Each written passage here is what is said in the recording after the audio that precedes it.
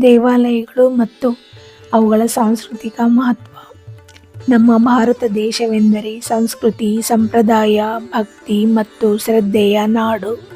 ಇಲ್ಲಿ ಪ್ರತಿ ಊರಲ್ಲಿ, ಪ್ರತಿ ಬೀದಿಯಲ್ಲಿ ದೇವಾಲಯಗಳಿಲ್ಲದೆ ಕಾಣುವುದೇ ಕಷ್ಟ.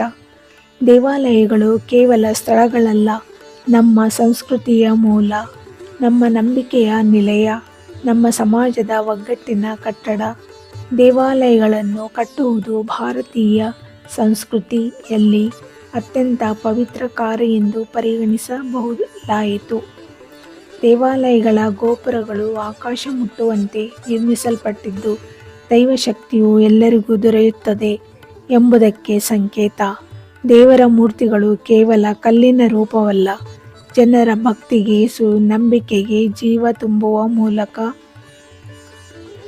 ಹಬ್ಬ ಹರಿದಿನ, ಜಾತ್ರೆಗಳು, ದೇವಾಲಯವು ಸಮಾಜದಲ್ಲಿ ಒಗ್ಗಟ್ಟನ್ನು ಹೆಚ್ಚಿಸೋದು, ಪರಸ್ಪರ ಪ್ರೀತಿಯನ್ನು ಬೆಳೆಸೋದು ಮತ್ತು ಸಂಪ್ರದಾಯಗಳನ್ನು ಮುಂದಿನ ಪೀಳಿಗೆಗೆ ತಲುಪಿಸುವ ದೊಡ್ಡ ಸೇತುವೆ. ದೇವಾಲಯಗಳಲ್ಲಿ ನಡೆಯುವ ಭಜನೆ, ನಾಮಸ್ಮರಣೆ, ವೇದ ಪಾರಾಯಣ ಇವು ಮನಸ್ಸಿಗೆ ಶಾಂತಿ ಕೊಟ್ಟು ಜೀವನದ ದಾರಿ ತೋರಿಸುತ್ತವೆ. ಇಲ್ಲಿ ಕೇಳುವ ಘಂಟಾನಾದ, ಕಾಣುವ ದೀಪಾರಾಧನೆ, ವಾಸನೆಯ ಹರಡುವ ನಂದಾದೀಪ ನಮ್ಮ ಮನಸ್ಸಿಗೆ, ಆತ್ಮಕ್ಕೆ ಶಾಂತಿ ನೀಡುತ್ತವೆ. ಅದೇ ರೀತಿಯಲ್ಲಿ ದೇವಾಲಯಗಳು ಕಲೆಯ, ವಾಸ್ತುಶಿಲ್ಪದ, ಶಿಲ್ಪಕಲೆಯ ಜೀವಂತ ನಿದರ್ಶನ. ಹೊಯ್ಸಳ ವಾಸ್ತುಶಿಲ್ಪ, ಚಾಳುಕ್ಯರ ಶಿಲ್ಪಕಲೆ, ಚಾಲ್ತಿಯಲ್ಲಿ ಇರುವ ದೇಗುಲ ಶೈಲಿ ಇವು ಭಾರತೀಯ ಚರಿತ್ರೆಯ ಹೆಮ್ಮೆಯ ಪುಟಗಳು.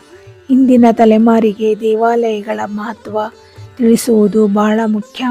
ಏಕೆಂದರೆ ದೇವಾಲಯಗಳು ಕೇವಲ ಭಕ್ತಿಗೆ ಅಲ್ಲ, ಸಂಸ್ಕೃತಿ ಉಳಿಸಲು, ಮಾನವತ್ವ ಬೆಳೆಸಲು ಹಾಗೂ ಆಧ್ಯಾತ್ಮಿಕ ತೃಪ್ತಿಗೆ ದೊಡ್ಡ ಸ್ಥಾನ.